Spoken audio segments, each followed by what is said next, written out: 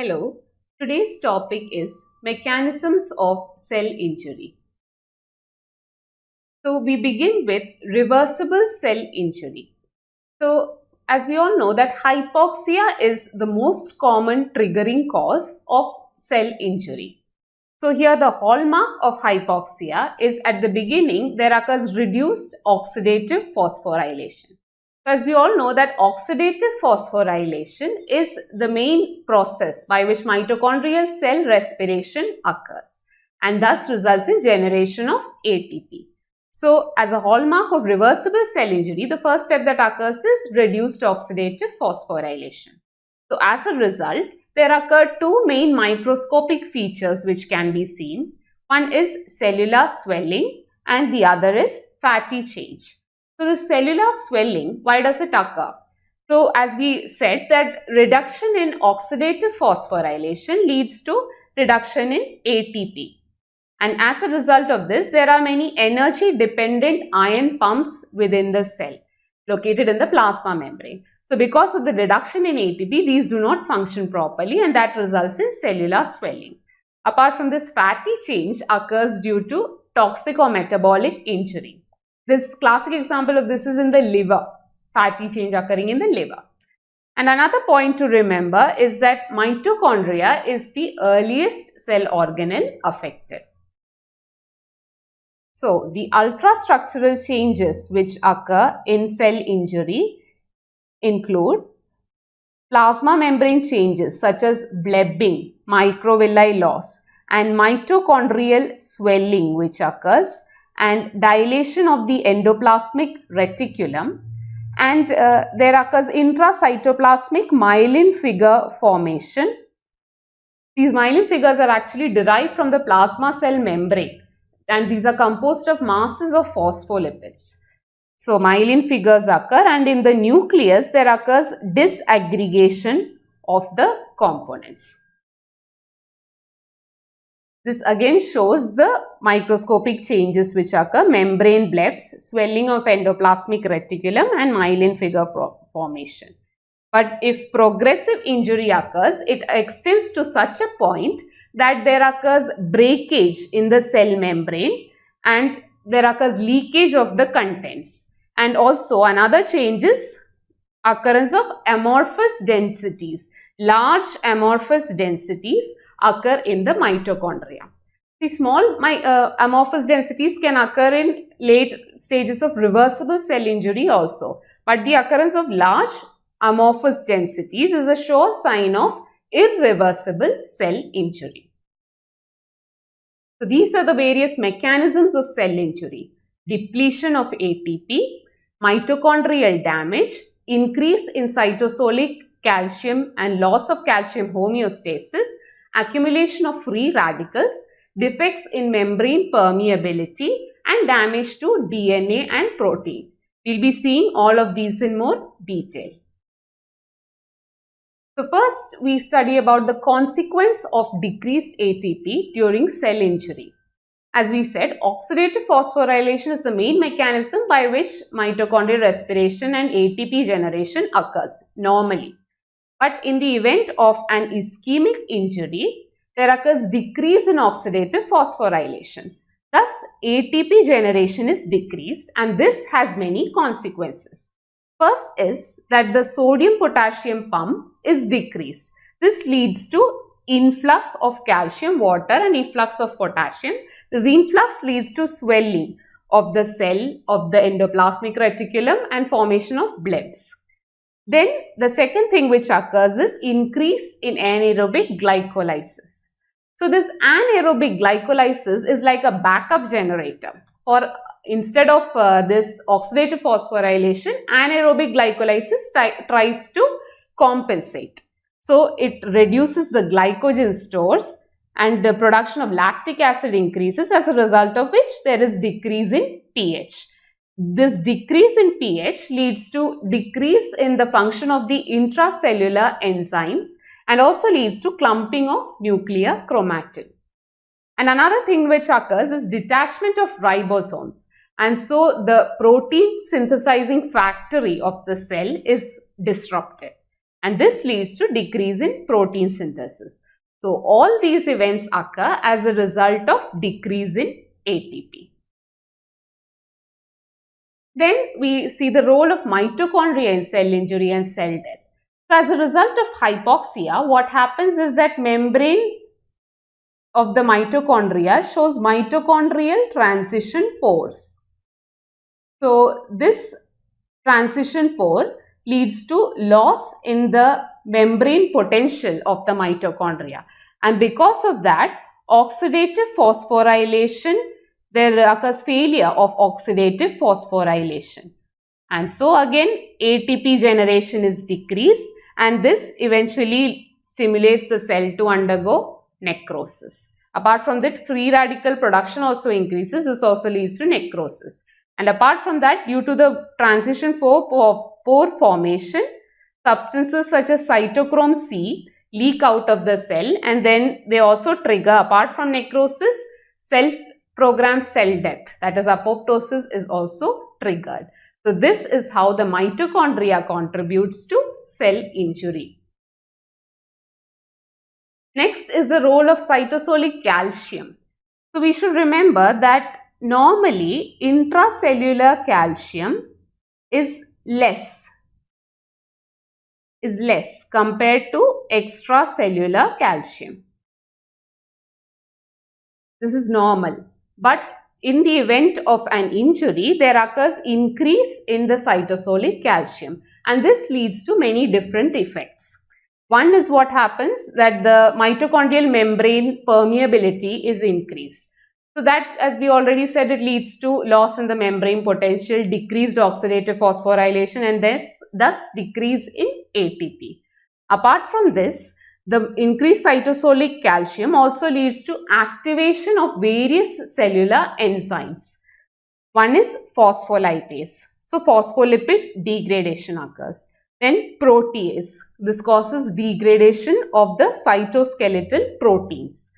These two contribute to membrane damage.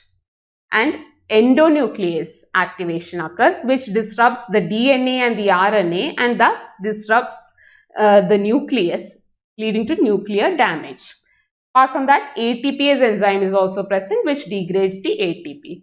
So this is the main effect of increased cytosolic calcium in cell injury. Next is production of reactive oxygen species. So what are exactly reactive oxygen species? So when in a molecule of oxygen there occurs an unpaired electron that is called as free radical or reactive oxygen species. So how are these produced? See, during normal respiration within the mitochondria in the electron transport chain, there occurs production of superoxide ion. This in turn is converted to other free radicals such as peroxynitrate and hydrogen peroxide. And this which occurs here is Fenton reaction, which also contributes towards free radical formation. So this is also an important question, Fenton reaction. In Fenton reaction, what happens is that ferrous ion is converted to ferric ion, and here hydrogen peroxide is also involved in the reaction, and this leads to generation of hydroxyl free radical and also hydroxide ion. So this is what happens in Fenton reaction. And apart from normal respiration, during inflammation also within the leukocytes such as neutrophils and macrophages within the phagosome, there occurs superoxide production, and this leads to the generation of other free radicals. So this is how free radicals are produced. And apart from that, apart from these two processes, during radiation and toxins and reperfusion injury also free radical production occurs. So the free radicals which are produced by normal mechanism, they can be removed by the body. So in removal of the free radicals are involved what substances called antioxidants including vitamin A, vitamin E, vitamin C. And apart from that, there are also free radical scavenging enzymes such as catalase, which is also involved in free radical removal. So the cell tries to remove the free radical, but sometimes there is free radical excess, because of which there results in several pathological effects. So one is lipid peroxidation leading to membrane damage. This is what we see as lipochrome pigment in aged cells. So that is an example of lipid peroxidation. Another thing is protein modification, which leads to breakdown and misfolding. And another thing is DNA damage, which leads to mutations. So this diagram sums up everything: the production of free radicals, as well as the removal, as well as the pathological effects on different parts of the cell. About free radical scavenging enzymes. These scavenging enzymes, what they do is they convert the free radical into a harmless substance such as water. An example of this is superoxide dismutase. It converts oxygen to hydrogen peroxide. It converts superoxide, the superoxide radical into hydrogen peroxide. And catalase enzyme, which is present in peroxisome, it converts hydrogen peroxide to water. So glutathione peroxidase also converts hydrogen peroxide into water and catalyzes free radical breakdown, that is hydrogen peroxide to water. But this occurs in the cytoplasm. So catalase, it occurs in the peroxisome, and glutathione peroxidase occurs in the cytoplasm. So that is it about free radical scavenging enzymes. Then we sum up the mechanisms of membrane damage which occur in cell injury. Most of it what we have already discussed. One is reactive oxygen species leading to lipid peroxidation of membranes, and hypoxia leading to decreased ATP and phospholipid synthesis is decreased, and increased cytosolic calcium, which activates enzymes, as I said, phospholipase and protease. Eventually, all these lead to damage of phospholipid, lipid and cytoskeleton, eventually resulting in membrane damage. This is how membrane damage occurs during cell injury. So, finally a question. The first cellular change in hypoxia is, so as we already discussed, the first change which occurs is decrease in oxidative phosphorylation. After that only everything follows, everything else follows, such as cellular swelling, alteration in cell membrane permeability and clumping of nuclear chromatin, all follow and occur as a consequence of decreased oxidative phosphorylation and decrease in ATP. Next is, all of the following are true about reversible injury, except, so we know that diminished generation of ATP occurs, and formation of blebs in cytoplasmic membrane also occurs in reversible cell injury, as well as detachment of ribosomes from the granular ER also occurs. But formation of amorphous densities, especially large amorphous densities, is a feature of irreversible cell injury. So that is the answer. Thank you. Hello. Today's topic is pathological calcification under the chapter cell injury. So, pathological calcification refers to abnormal tissue deposition of calcium along with other mineral salts such as iron, magnesium, etc. So, there are two types of pathological calcification. One is dystrophic calcification and the other is metastatic calcification. So this dystrophic calcification, it occurs in areas of necrosis, mainly in dead or degenerated tissue. There the tissue levels of calcium, that is the body normal calcium level, is maintained. But in metastatic calcification, it usually you see metastatic calcification in areas of normal tissue, but the calcium level in the body will be increased. So it occurs in areas of hypercalcemia, secondary to disturbances in calcium metabolism. So the main conditions, examples in which dystrophic calcification occurs, one is rheumatic heart disease in the damaged rheumatic valves. Apart from this, tuberculous lymph node, TB lymph node in areas of caseous necrosis especially, and in atheromatous plaque and psammoma bodies. Psammoma bodies are actually lamellated concentric structures, calcified structures, which are also example of dystrophic calcification. And metastatic calcification, as we said, it occurs in conditions in which there is derangement in the calcium level. So it includes primary hyperparathyroidism and Paget's disease, vitamin D intoxication, and Williams syndrome. Williams syndrome is actually idiopathic hypercalcemia of infancy. That is what is called as Williams syndrome. Apart from that, renal failure and milk alkali syndrome. These are various conditions in which metastatic calcification occurs.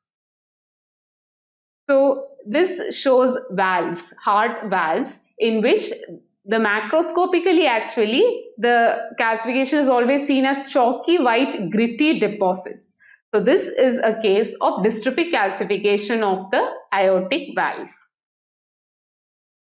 And microscopically, calcification is seen as amorphous basophilic granular substance. So this is an example of Monckeberg's medial arterial sclerosis. So Monckeberg's medial arterial, in the vessel as we know, there are three layers: tunica intima, media, and outermost adventitia. So in Monckeberg's arteriosclerosis, calcification occurs in the medial layer of the vessel. It especially occurs in old age. So this can be asked as a question. A thyroidectomy specimen and biopsy of the slide you have to diagnose. So this case shows tumor cells arranged in papillary pattern showing crowding of nuclei, and you can see lamellated concentric structures. So this is a case of papillary carcinoma thyroid with psammoma bodies being seen. So that is the diagnosis. So this can also be asked as a question. Here you will be asked a CNS lesion, a dura-based lesion. So you will be asked what is the diagnosis. So here you can see various tumor cells arranged in vague whorl pattern and in syncytial pattern with indistinct cell borders, and you can see various psammoma bodies. So this is a case of meningioma with psammoma bodies. So apart from meningioma and papillary carcinoma thyroid, other tumors in which psammoma bodies can be seen are mesothelioma, serous adenoma, ovary. So you have to remember, psammoma bodies are also example of dystrophic calcification. So the sites affected by metastatic calcification. Commonest site is lung alveoli. Apart from this, gastric mucosa and kidney tubules also may be affected by metastatic calcification. And special stains for calcium. Von-Cosa is the most important one. Von-Cosa stain. Apart from that, alizarin red. These are the special stains used for demonstrating calcium in tissue. So finally, a couple of questions. True about metastatic calcification. Serum calcium level is normal. We know that is false. Serum calcium level is always deranged. So, and occurs in dead or dying tissue. We know that the serum calcium level is deranged, but it occurs usually in the normal tissue, metastatic calcification, and occurs in damaged heart valve. That is also false, because we know that dystrophic calcification is what occurs in the damaged heart valve. So the only true statement is calcification starts in the mitochondria. So next, dystrophic calcification is seen in all except lymph node. We know that in TB lymph node, dystrophic calcification is seen. And in rheumatic valves also dystrophic calcification is seen, and in psammoma bodies also are an example of dystrophic calcification. So which is the condition in which dystrophic calcification is not seen? Lung. We said that the lung alveoli are the most common site of metastatic calcification. Next, again, metastatic calcification is not seen in. We know that kidney tubules, lung alveoli and fundal glands of stomach are all sites of metastatic calcification. But Monckeberg arteriosclerosis, which occurs in the media of old individuals of the arteries, that is a classic example of dystrophic calcification.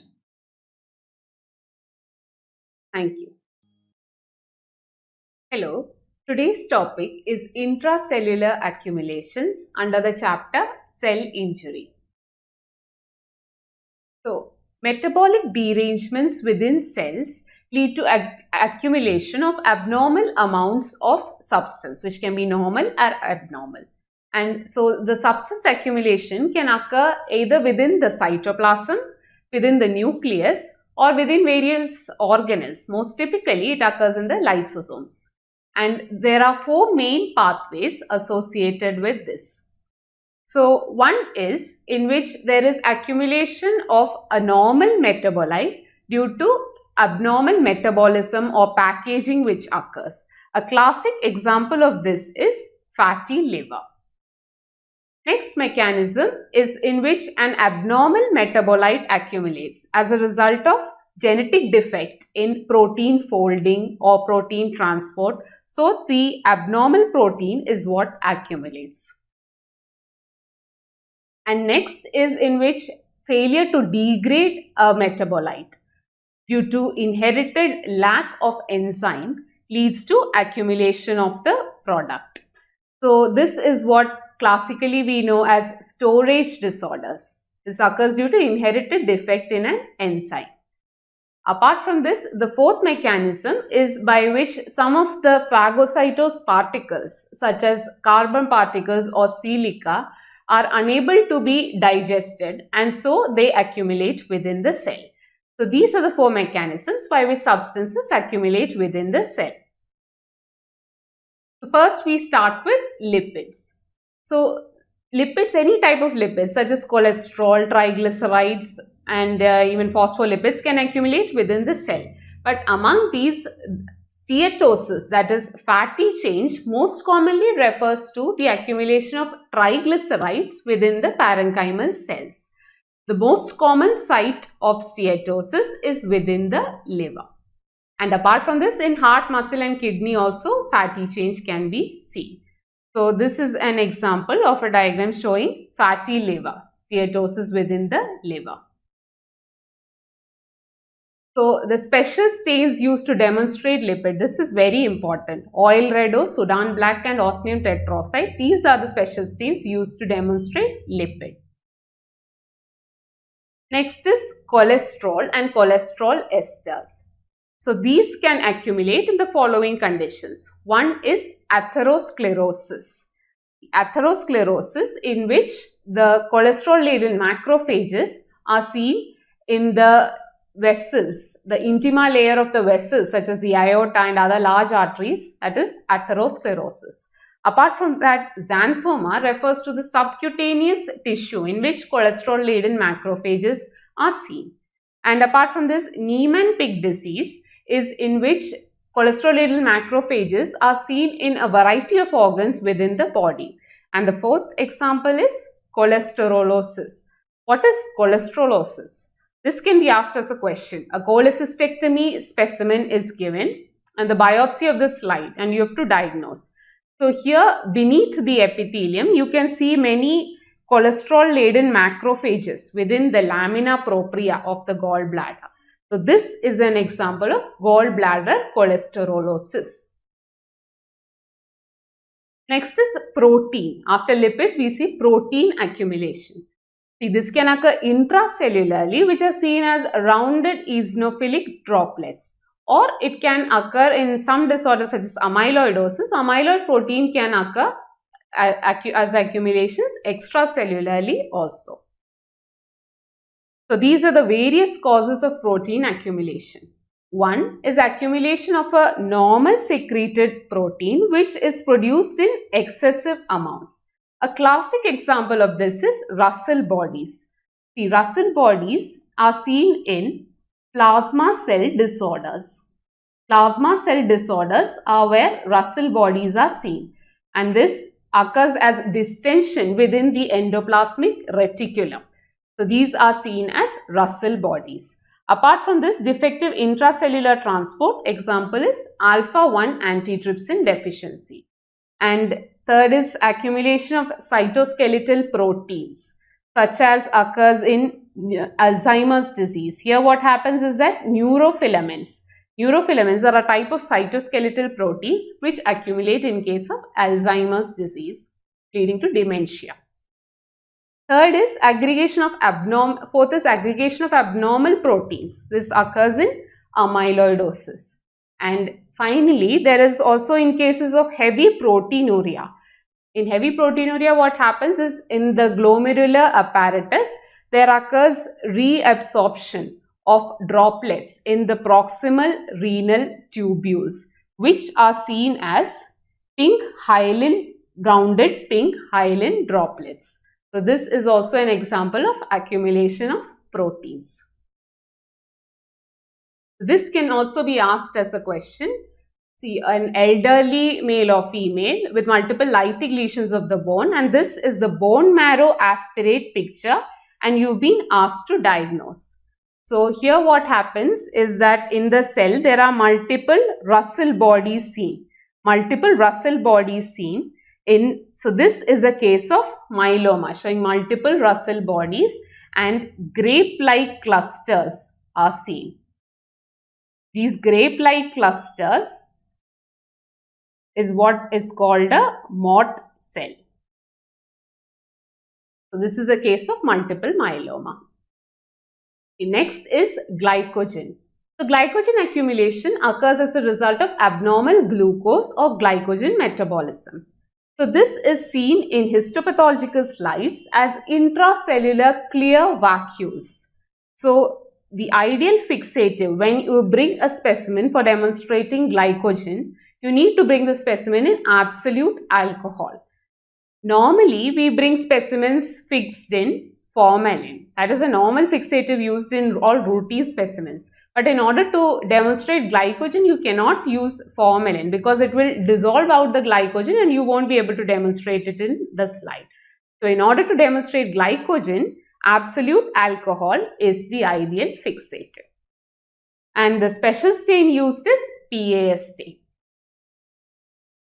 So this is a case of glycogenic hepatopathy in which the hepatocytes appear pale because of glycogen accumulation. Next is pigments. What are pigments? Pigments are actually colored substances. These can be either exogenous, that is produced outside the body and getting in, or it can also be endogenous. Endogenous is synthesized within the body. So examples of exogenous pigment, most common is carbon. See, in coal miners, what happens is inhalation of carbon dust over a prolonged time leads to an interstitial lung disease known as coal workers pneumoconiosis. And another example is tattooing. Tattooing is a form of localized pigmentation of the skin, and so it is seen as pigment-laden macrophages beneath the skin tissue. So moving on to endogenous pigments. One classic example is lipofuscin or lipochrome. So how does lipochrome pigment form? It occurs as a result of lipid peroxidation due to the free radicals. Free radicals cause lipid peroxidation of the plasma membrane. Thus leads to formation of complex composed of lipid and phospholipids which complex with proteins, and this is called lipochrome pigment.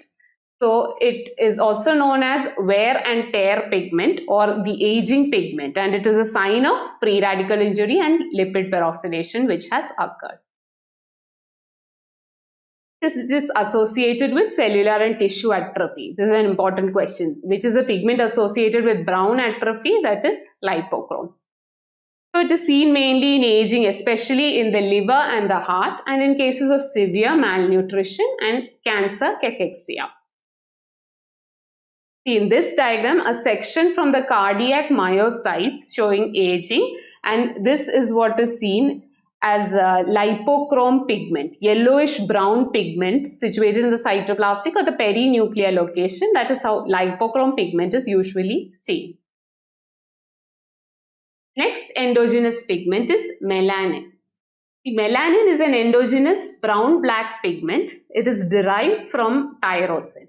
And this is important. It is detected using Masson-Fontana staining. Masson-Fontana staining is a stain used to detect melanin.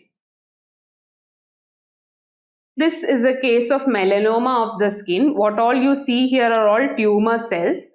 Tumor cells composed of large pleomorphic cells with hyperchromatic nuclei. And you can see many of the tumor cells, and even outside there is melanin pigment accumulation.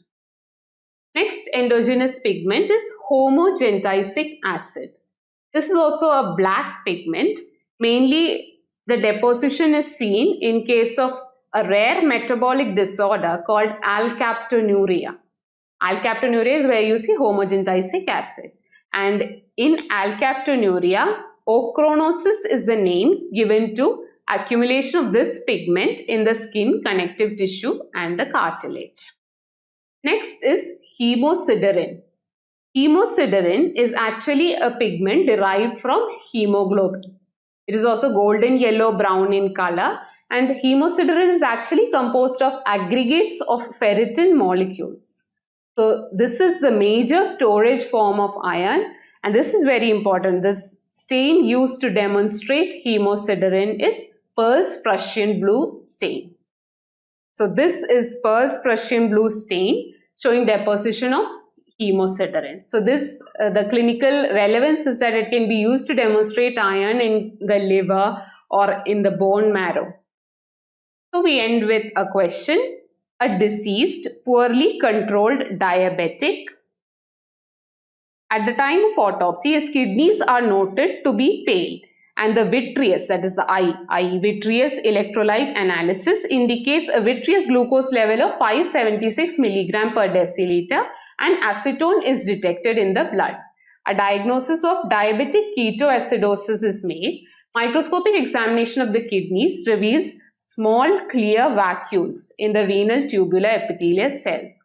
Of the following, which is the most likely content of these vacuoles? The main features to note that it is an uncontrolled diabetic, and at autopsy the kidneys are pale, and diabetic ketoacidosis has been diagnosed, and small clear vacuoles are seen in microscopy.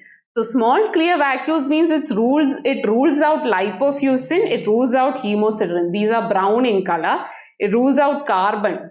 This is black in color. So between triglycerides and glycogen, what we have to remember is that during diabetic ketoacidosis, it eventually leads to accumulation of glycogen within the cell. So glycogen is the answer. Thank you. Hello, today's topic is necrosis under the chapter cell injury. So we know that irreversible cell injury eventually after a certain point results in cell death. So cell death is mainly of two types, necrosis and apoptosis. So we'll first see the differences between these two. So let's start at the level of the nucleus. In apoptosis, what happens is that it is fragmented into nucleosome size fragments. But in necrosis, there can occur pycnosis, that is condensation of the nucleus, and karyorrhexis, that is fragmentation of the nucleus, and karyolysis, that is fading away. Then about the plasma membrane, while in apoptosis, the plasma membrane remains intact but undergoes alterations to attract phagocytes. But in case of necrosis, the plasma membrane is disrupted. And in necrosis, enzymatic digestion occurs and the contents may leak outside the cell. Whereas apoptosis, it remains intact. And also that the necrosis, the adjacent tissue, because of the necrosis, it invokes inflammatory reaction in the adjacent tissue. Whereas in apoptosis, this does not occur. And also necrosis is mostly always pathological in occurrence. Whereas apoptosis, it can be either physiological or can occur in pathological conditions as well. So these are the 5 types of necrosis that we will be seeing. One is coagulative necrosis, liquefactive necrosis, caseous necrosis, fat necrosis and fibrinoid necrosis. The first is coagulative necrosis. This is the most common type of necrosis that we encounter. So it is mainly due to denaturation of proteins. So the proteins which are denatured include structural proteins as well as enzymes. So along with the structural proteins, enzymes are also denatured. That is why proteolysis of cells is blocked, of the dead cells is blocked, and so the tissue architecture is preserved. And hence what you see is eosinophilic cells which are anucleate, that is without nucleus, and they persist. The heart is the most common organ in which coagulative necrosis is seen, and in fact ischemia in all solid organs, almost all solid organs, is of the coagulative type. Exception here is brain, which shows liquefactive necrosis, which we'll be dealing with next. So this is a case of coagulative necrosis from the kidney. Here you can see the preserved outline. This is a gross specimen of coagulative necrosis in a kidney. So next is microscopic picture of coagulative necrosis in the kidney. So in this half, you can see that the normal kidney with glomerulus and tubules is maintained, whereas this side shows the areas of necrosis. Here you can see the outlines of the cells, eosinophilic cells is maintained and the nucleus is lost, and also you can see a lot of inflammation in between. So this is an example of microscopic picture of coagulative necrosis of the kidney. Another point I'd like to discuss here is why do necrotic cells show increased eosinophilia? See, in H&E stain, that is hematoxylin and eosin stain, this eosin stain is the one which is the acidic dye. So this eosin binds basic components.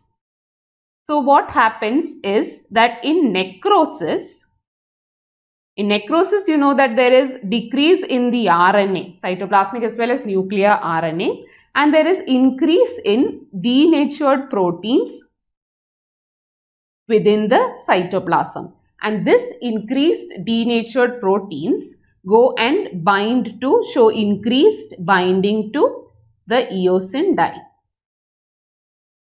And that is the reason for increased eosinophilia in case of necrotic cells.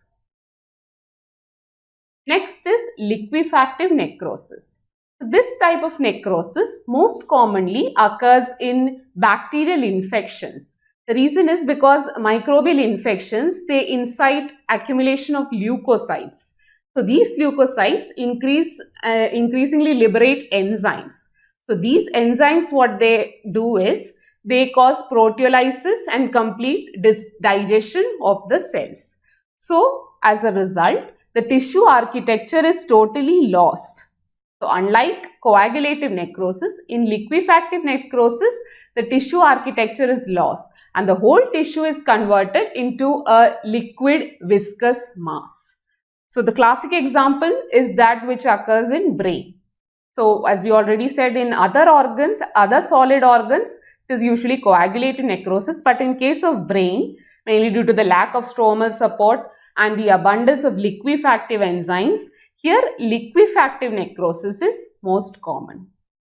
So this is the gross picture of a case of liquefactive necrosis. We can see dissolution of the whole brain tissue can be seen around the area of necrosis. The next is caseous necrosis. Caseous necrosis actually refers to a structureless form of necrosis, eosinophilic necrosis, most commonly seen in tuberculous infection. Other examples of caseous necrosis can also be seen in histoplasmosis or coccidiomycosis can also be seen, and the gross appearance is cheesy like friable white appearance of caseous necrosis. This is a classic example of TB lung. Here you can see the cheesy white friable debris can be seen. This is the microscopic view. This which you see is the structureless eosinophilic area of caseous necrosis, and here adjacent to it you can see area of epithelioid histiocytes, and here you can see multinucleate giant cells. So this is a classic case of TB lung showing caseous necrosis. Next is fat necrosis. So fat necrosis actually refers to focal areas of fat destruction. So a classic example of this is acute pancreatitis. Acute pancreatitis is actually a medical emergency. So what happens is mainly lipase activation. Out of the pancreatic acinar cells, these enzymes leak out. Then they become activated and triglycerides are split into fatty acids. These fatty acids make a complex with calcium, and this is what is called as fat saponification. So it is grossly seen as chalky white areas. See, the chalky white areas classically seen in cases of fat necrosis. This is a microscopic picture of fat necrosis in the breast tissue. Here you can see the necrotic adipocytes, and these regions show collection of white foamy histiocytes.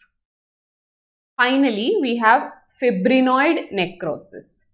This is a type of necrosis pattern which is seen in case of immune complex deposition composed of antigen-antibody complexes in the wall of arteries.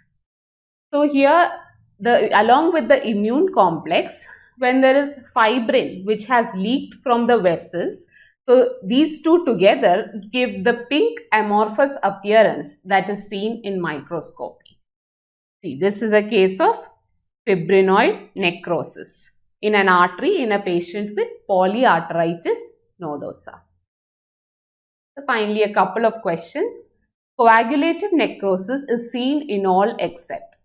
So we said that coagulative necrosis is commonly seen in all solid organs. Exception is brain, where we see liquefactive necrosis. Next is fat necrosis is common in, one is omentum. Yes, it is common in omentum. In breast also it is common, and in retroperitoneal fat also we commonly see fat necrosis. So the answer is all of the above. Thank you. Hello, today's topic is apoptosis under the chapter cell injury. Apoptosis is a type of programmed cell death, genetically programmed cell death, in which the cell activates certain enzymes which degrade its own cellular DNA, nuclear DNA, as well as cytoplasmic and nuclear proteins. So it is a type of suicide death program. So what happens here is that the plasma membrane of the cell remains intact, but it undergoes certain alterations, because of which it becomes easy targets for certain macrophages which come and scavenge the cell. And apart from this, another point to remember is that unlike necrosis, in apoptosis there is no inflammatory reaction. This is because apoptosis, the inflammatory, before the inflammation can occur, the cell and its fragment is rapidly cleared off. That is why in apoptosis you do not get any inflammation. So apoptosis can occur in physiologic as well as pathologic conditions. Examples of physiologic conditions in which apoptosis occur. One is during embryogenesis. During normal development, certain organs undergo involution atrophy. So that is by apoptosis. Then next example is involution of hormone-dependent tissues. For example, endometrium. During the normal menstrual cycle, it undergoes involution. That is by it undergoes shrinkage. That is by apoptosis. And the next example is decline of leukocyte numbers at the end of inflammatory responses. Then elimination of potentially harmful self-reactive lymphocytes which may act against our own self-antigens. So that is also by apoptosis. Then example is turnover of proliferative tissues. Here turnover refers to old cells being replaced by younger cells. For example, occurring in the intestinal epithelium. This is an example of apoptosis occurring in the intestinal epithelium. Here you can see condensed nuclei, and many of the nuclei have fallen off. This is a classic example of apoptosis. Pathological conditions in which apoptosis occurs, one is during DNA damage if it occurs. Then if there is accumulation of misfolded proteins as in cystic fibrosis. And apart from that, infections, especially viral infections, all these conditions can show apoptosis. So mechanism, so the main thing is that caspases are the enzymes which are involved in apoptosis. Apoptosis consists of mainly two phases. One is the initiation phase, in which many of the caspases become catalytically active. Second is the execution phase, in which many other caspases cause cellular degradation of other cellular components.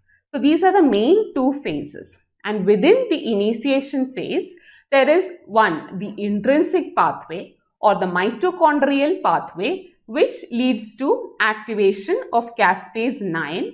And second is the extrinsic pathway or the death receptor pathway, which leads to activation of caspase 8, and in humans it is caspase 10. And apart from this, the executioner caspases are caspase 3 and caspase 6, which function to actually cleave the inhibitors of enzymes such as cytoplasmic DNAs. So that is an overview of the mechanism of apoptosis. Now we will be seeing each in detail. Let's begin with the intrinsic pathway. What happens that in a normal viable cell, in the presence of survival signals, there occurs production of anti-apoptotic proteins. These are anti-apoptotic proteins of the BCL family. This is very important and it includes BCL2, BCLXL and MCL1. These are the anti-apoptotic proteins of the BCL family. So these mainly function to keep the mitochondrial outer membrane impermeable and thus prevent leakage of cytochrome C. Cytochrome C remains inside the mitochondrial compartment and so cell survives. But what happens in the event of a stress? When a stress occurs, certain sensors of the BCL family are activated. These sensors include, this is also very important, BAT, BIM, PUMA, NOXA, also known as BH3 only proteins. So their main function is to activate the pro-apoptotic molecules as well as to antagonize anti-apoptotic such as BCL2. So this is what happens in the event of a stress signal, there occurs activation of the sensors. Then what happens is that pro-apoptotic become active. So when these become active, these dimerize, form dimers, then insert into the mitochondrial membrane, form a channel through which cytochrome C leaks out. And when this leaks out, we will see what happens. So this is a closer view and this is cytochrome C. So when it leaks out, it goes and binds. So this is cytochrome C. It goes and binds APAF1 in the cytoplasm. When this goes and binds, it forms a hexamer. It forms a wheel-like hexamer which is known as apoptosome. This apoptosome is very important. This has recently been asked as a question. So cytochrome C attaches to APAF1 and this forms a wheel-like hexamer called apoptosome. This apoptosome binds caspase 9 and this leads to activation. This caspase 9 is actually a critical initiator and this leads to activation of the caspases. Whole cascade is activated. So this is what happens when cytochrome C is leaked out. So apart from APAF1 and the apoptosome complex, see there are other physiological inhibitors of apoptosis. Physiological inhibitors of apoptosis present in the cytoplasm. So other proteins other than cytochrome C such as SMAC diablo, these other proteins, what happens is that normally these physiological inhibitors of apoptosis, their function is to bind caspases. They bind caspases. Okay, this is the normal function of the physiological inhibitors of apoptosis. But during apoptosis, what happens is that other proteins other than cytochrome C, such as SMAC diablo, these enter the cytoplasm. These are released from the mitochondria into the cytoplasm. These come and bind to the physiological inhibitors of apoptosis. Thus, as a result of this, caspases are released. So, caspases are released and these are free to form initiation complex they act along with apoptosome and they release caspases, and thus what happens is that the caspase cascade is initiated, resulting in a successful apoptosis. So this is what mainly happens in the intrinsic pathway of apoptosis. Next is the extrinsic pathway, also called as the death receptor pathway. So here, see, many cells have surface receptors called as death receptors. And many of these death receptors belong to the TNF family. TNF, that is tumor necrosis factor family. So these usually have a cytoplasmic domain that is called the death domain, and the protein is called as FAS, also CD95, and the ligand is called as FAS-L. This ligand is present in T cells which recognize self-antigens. So when FAS binds with FAS-L, what happens is that 3 or more molecules of FAS, they come together and they form a binding site for an adapter protein called FAD, F-A-D-D, that is FAS associated death domain. So FAS associated death domain comes into action. So what this does is, this becomes an attachment site for pro-caspase 8 molecules. So these pro-caspase 8, multiple pro-caspase 8 molecules are brought together and they cleave each other, and this results in active caspase 8 formation. Note that in humans it is caspase 10. So caspase 8 or caspase 10 is formed, and these lead to subsequent activation of executioner caspases, eventually resulting in apoptosis, successful apoptosis. So this is what you need to remember about the extrinsic pathway. There is FAS ligand, there is FAS and FAS-L, and this leads to cleaving of pro-caspase 8. This eventually leads to activation of the executioner caspases. So what have we learned so far? There is the intrinsic pathway of apoptosis, or the mitochondrial pathway, which leads to activation of caspase 9. Then there is the extrinsic pathway, which leads to activation of caspase 8 or caspase 10 in humans, and this eventually leads to activation of the executioner caspases, which eventually results in successful apoptosis. So which are the executioner caspases? This is caspase 3 and caspase 6.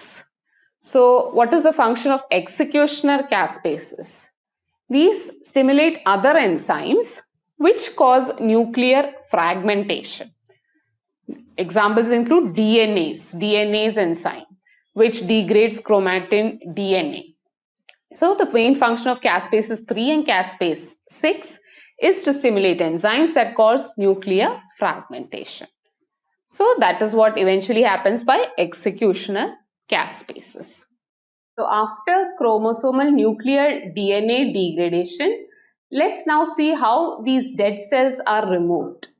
So as I already said that apoptotic bodies and apoptotic cells, the plasma membrane remains intact, but the membrane undergoes such alterations that it becomes easy targets, tasty targets for macrophages and other phagocytes. So here mainly it sends out eat me signals. The apoptotic fragments send out eat me signals. So what are these signals? One is phosphatidylserine serine. See, this phosphatidylserine serine is normally situated in the inner leaflet of the plasma membrane. But in case of apoptosis, this flips out. It flips out and then it is recognized by macrophages and other phagocytes. Another important point to remember here is annexin 5. This annexin 5 is used as a marker, especially in flow cytometry, to detect apoptotic cells because it binds to phosphatidylserine serine. One is phosphatidylserine serine. Apart from that, these apoptotic cells are also coated by thrombospondin or other natural antibodies of the complement system. These are also recognized by macrophages and other phagocytes. So that is about apoptosis. Next short topic we'll be doing is necroptosis. So necroptosis is a process. It is also a genetically regulated program, but it morphologically resembles necrosis. So mechanism wise it is because it is genetically programmed, it resembles apoptosis. But the main difference from apoptosis that caspases are not involved. So this can be asked, which is the type of genetically programmed cell death in which caspases are not involved? The answer is necroptosis. So necroptosis, the mechanism, it begins just like apoptosis. Death receptors are involved and it forms an RIP1 complex with RIP1 and RIP3. So at this stage, if activation of caspase 8 occurs, then it leads to apoptosis.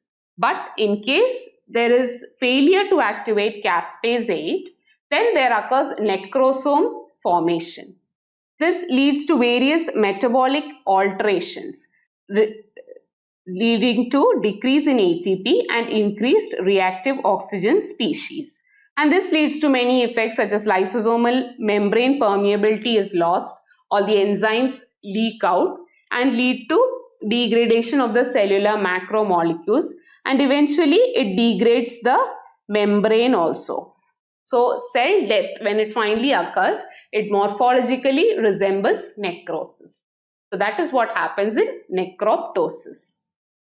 So necroptosis can commonly occur in case of formation of the mammalian bone growth plate physiologically. Pathological conditions also necroptosis can occur, such as neurodegenerative diseases, Parkinson's disease, viral infections, reperfusion injury are all examples of necroptosis. So that was necroptosis. Next is pyroptosis.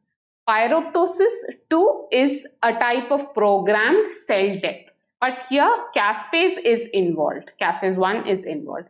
So the name pyroptosis is because it is apoptosis with pyrexia, with fever. So here fever-inducing cytokine, interleukin 1 is involved. So here what happens is when the microbial products, they enter the cytoplasm, so these are sensed by a multi-protein complex called the inflammasome. This, when it is sensed, this leads to activation of caspase 1, which leads to interleukin 1 activation. Interleukin 1 is converted from its inactive form to its active form. So that is it about pyroptosis. Next topic is autophagy. So autophagy is actually a survival mechanism under stressful conditions. Here what happens is that the cell eats its own DNA or own contents. And here what happens is there occurs delivery of cytoplasmic materials to the lysosomes for degradation. So it mainly occurs in atrophic cells and in disease conditions such as cancer, and in neurodegenerative disorders such as Alzheimer's, Huntington, and also in infectious diseases such as mycobacterial infection, HSV1 infection, Shigella infection, and in inflammatory bowel disease also autophagy can occur. So this is what the main mechanism that occurs. See, there occurs initiation, that is formation of an isolation membrane. Then there occurs elongation, that is elongation of the vesicle. The next step which occurs is maturation of the autophagosome, followed by fusion with the lysosome. And following fusion with the lysosome, there occurs degradation and recycling of the metabolites for further use. So that is it about autophagy and apoptosis, necroptosis and pyroptosis. So now we'll be dealing with a few questions. True statement about apoptosis. Injury due to hypoxia. You know that is false because injury does not occur due to hypoxia in apoptosis. Injury is mainly due to lack of survival growth factors or due to DNA damage or misfolded proteins. So that is false. Inflammatory reaction is absent and cell membrane is usually intact. So the true statement is Councilman body is associated with apoptosis. This Councilman body actually occurs in yellow fever and certain other conditions. Caspases are associated with which of the following? So we just now read that embryogenesis is a condition. Embryogenesis means normal involution during the development in which physiologic apoptosis can occur. So that is the answer. Light microscopic characteristic feature of apoptosis. The most characteristic light microscopic feature is said to be condensation of the nucleus. CD95 is a marker of, so CD95 is actually another name for Fas protein. So this occurs classically in the extrinsic pathway of apoptosis, that is the death receptor pathway. And in apoptosis, APAF1 is activated by release of which of the following substances from the mitochondria?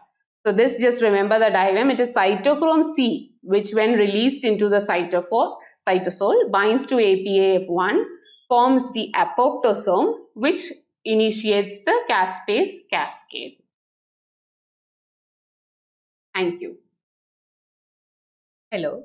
Today we will be dealing with the topic cellular adaptation under the topic cell injury. So we begin with what happens when the normal cell metabolism is disturbed. So in case of minor stress, there occurs adaptation. And if the stress is prolonged or if there is an injurious stimuli, then there occurs cell injury. And if it is mild and transient, it leads to a reversible cell injury. Whereas if the stress is severe and prolonged, then it leads to irreversible cell injury, resulting in cell death, either necrosis or apoptosis. So adaptations refer to reversible changes in size, number, phenotype, metabolic state and function. So this occur in response to changes in the environment. So adaptation includes mainly 4 topics. One is hypertrophy, that is increase in the cell mass where the number remains the same. Next is hyperplasia, where there is increase in cell number. Then there is atrophy, that is decrease in cell mass. And finally metaplasia, which means change in cell type from one cell to another. So first we will be dealing with hypertrophy. So in hypertrophy, there occurs increase in cell size and there occurs the number remains the same. So in this case, the number remains the same and there is increase in cell size. The mechanism by which it occurs is increased production of intracellular structural proteins. And also associated with hypertrophy, a switch of contractile proteins occurs from the adult fetal or neonatal, from the adult to the fetal or neonatal forms, which are better adapted to decreased energy requirements. So hypertrophy can be both physiological and as well as pathological. So examples of physiologic hypertrophy, one is during the pregnancy period, when due to increased estrogenic stimulation, there occurs hypertrophy of the smooth muscle fibers of the uterus. And then in case of breast, in case of pregnancy and puberty, there occurs hyperplasia along with hypertrophy. And in case of the lactating breast, only hypertrophy occurs. Another example is skeletal muscle hypertrophy. In case of bodybuilders, when there is increased functional demand, there occurs skeletal muscle hypertrophy. And an example of pathological hypertrophy is in cases of hypertension, where there occurs cardiac hypertrophy. So this is an example of the normal uterus. And here what we see is the gravid uterus, removed in a case of postpartum hemorrhage. And so we can appreciate how in the gravid uterus there is hypertrophy. This is the microscopic view. Here is of the normal uterus, showing smooth muscle, small spindle-shaped bland cells, whereas under the same magnification, the gravid uterus shows large plump cells. And this is a case of myocardial hypertrophy in a patient with hypertension, in which concentric left ventricular hypertrophy is seen in the cardiac myocytes. And one point to note is that in hypertrophy usually occurs in non-dividing cells, which non-dividing cells such as cardiac myocytes, which are not capable of dividing, and so they increase in cell size. The next one is hyperplasia. As we said, hypertrophy occurs in non-dividing cells, but in hyperplasia there is increase in cell number. So there is increase in cell number, and it occurs usually in cells which are capable of dividing. The mechanism by which this occurs is growth factor driven proliferation of mature cells. Hyperplasia too can be either physiologic or pathological. Physiological, as we already said, due to hormonal stimulation, there occurs physiological hyperplasia in the breast tissue during puberty and pregnancy. So along with hyperplasia, hypertrophy also occurs. And in case of liver, after partial hepatectomy, there may occur compensatory hyperplasia. And examples of pathological hyperplasia, one is endometrial hyperplasia, which can lead to a minor risk of cancer in later stages, especially so in atypical endometrial hyperplasia. And next is BPH, benign prostatic hyperplasia. Mind you that BPH is hyperplasia and not hypertrophy. That is a misnomer which used to be used earlier, but the correct terminology is benign prostatic hyperplasia.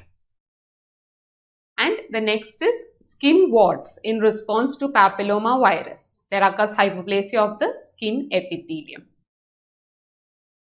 So after hypertrophy and hyperplasia, now we deal with atrophy, that is decrease in cell mass. So this decrease in cell mass occurs in response to decreased metabolic demand, due to which there is decreased protein synthesis and increased protein degradation in the cells. So atrophy too can be either physiologic or pathologic. Physiologic examples include during development of the notochord and the thyroglossal duct and other organs such as the thymus, they undergo spontaneous atrophy. And the uterus after parturition, that is after delivery, it undergoes spontaneous physiologic atrophy. The examples of pathologic atrophy include one, for example, in case of fracture of the limb, there occurs if there is immobilization in a plaster cast for a prolonged period, then it leads to disuse atrophy. And for example, if the nerve supply to a skeletal muscle is damaged, then there can occur denervation atrophy. And in case of brain in old age, if the blood supply is reduced, there may be a chance of senile atrophy. And in case of inadequate nutrition, such as in protein energy malnutrition or in cancer cachexia, there may occur atrophy due to inadequate nutrition. And pressure atrophy. This occurs due to enlarging benign mass. For example, in the brain, if there is a enlarging benign mass, it may compress the surrounding tissue and it leads to pathological atrophy. So these two photos show brain tissue. One is that of a normal young patient. In both these halves, the meninges have been stripped off. This is that of a normal young patient in which the brain substance is normal. But here in old age, you can see there is loss of gyrae and widening of sulci, because of which is suggestive of loss of brain matter substance, which occurs in senile atrophy.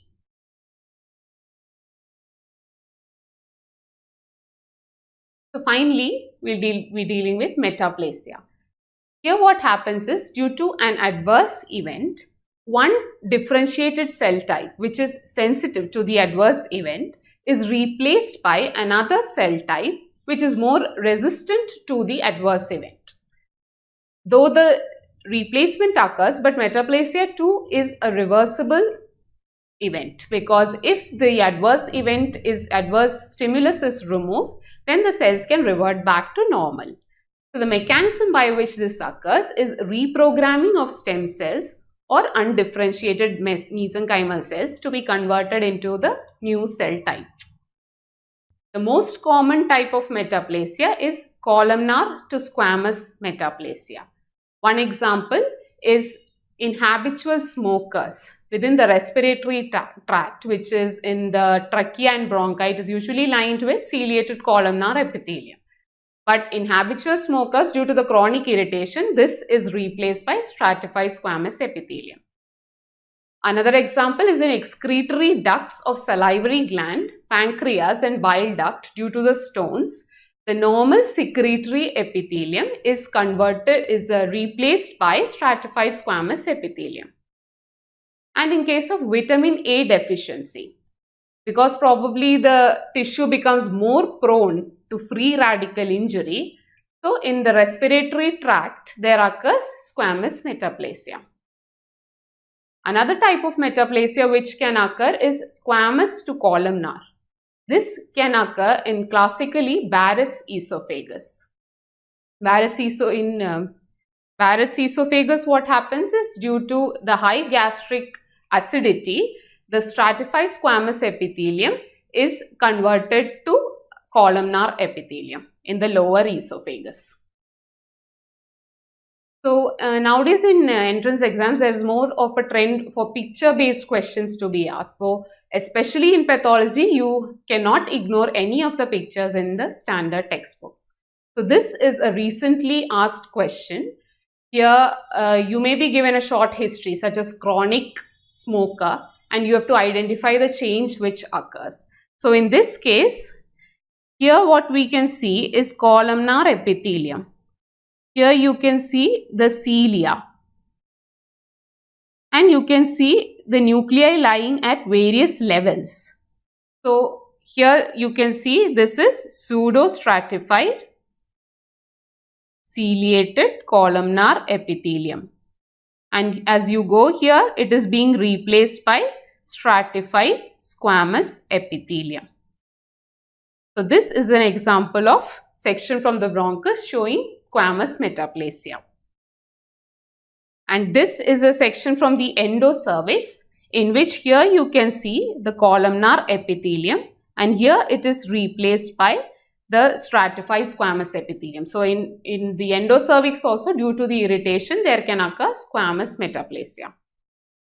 So we end with a question.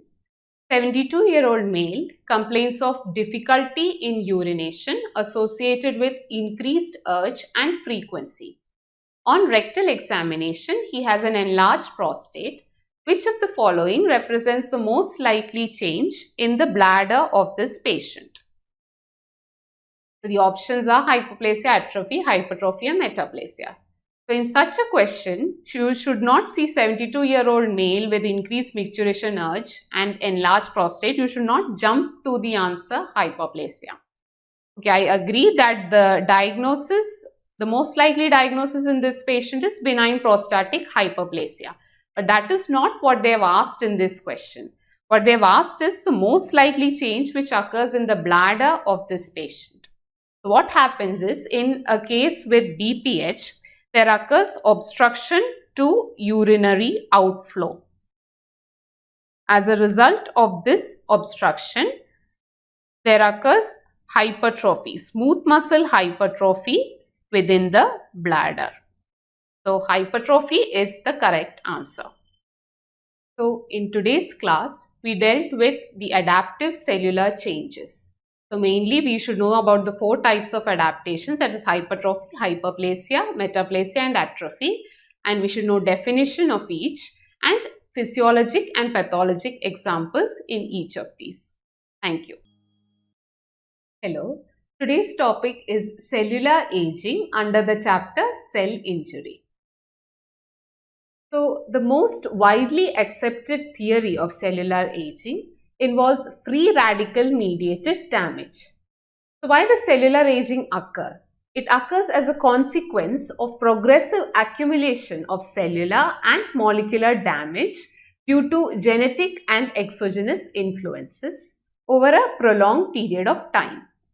So first we start with telomeres. What are telomeres? Telomeres are actually short stretches of DNA situated at the end of chromosomes. So these function mainly to protect the chromosomal ends from fusion and degradation, and thus it ensures complete replication of the chromosomes. So as the cell continues to divide in mitosis, progressive shortening of telomere occurs. Eventually, it leads to cell cycle arrest. This flowchart shows how it actually occurs. Here we can see shortening of telomere occurring with progressive cell division, and it leads to activation of tumor suppressor genes.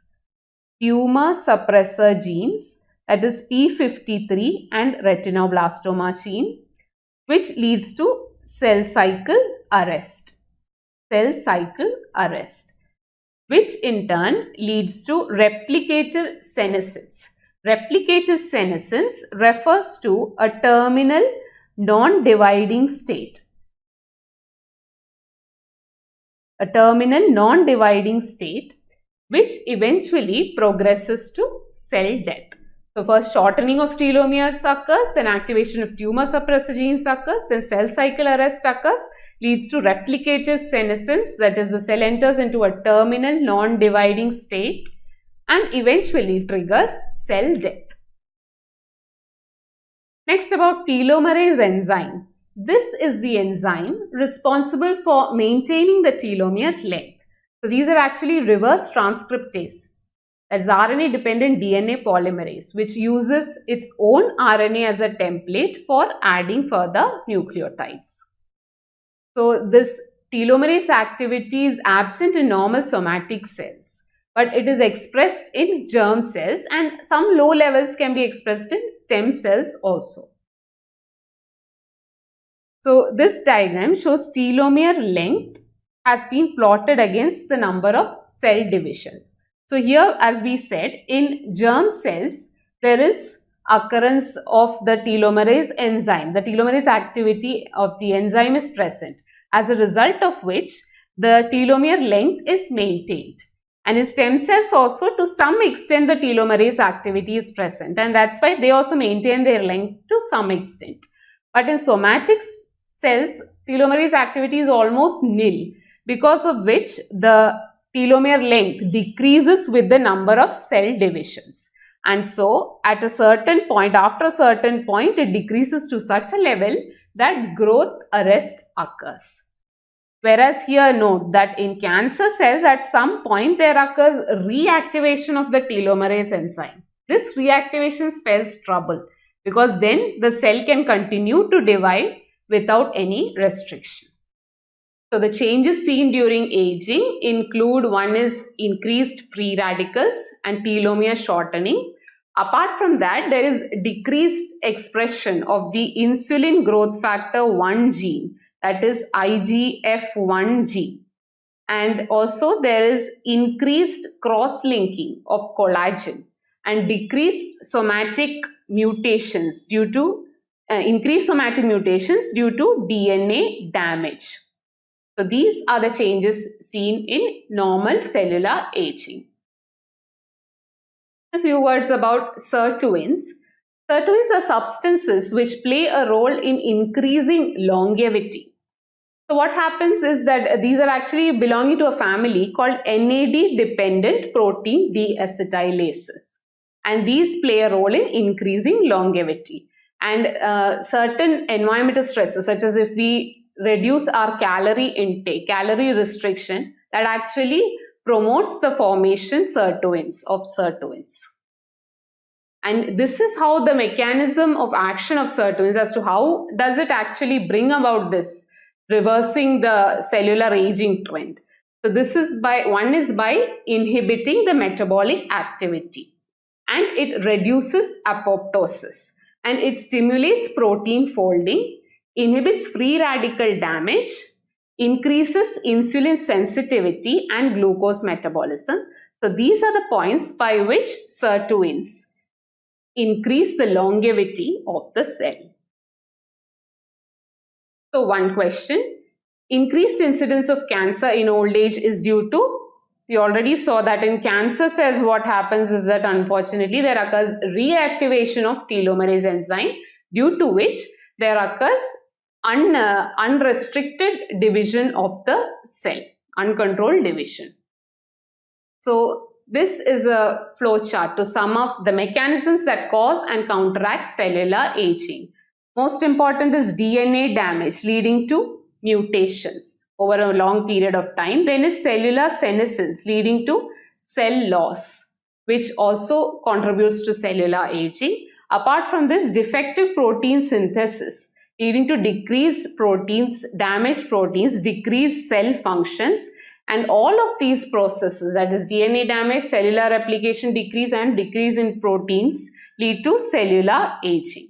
Whereas some environmental stresses such as calorie restriction, nutrient sensing, they activate various growth factors and transcription factors in the cell. So this altered transcription leads to increased DNA repair, increased protein homeostasis, and counteracts aging. So this is a summary of the mechanisms that cause and counteract cellular aging. So here also we see the role of sirtuins. So the main moral of the story is that the most effective way to prolong lifespan is calorie restriction. Thank you.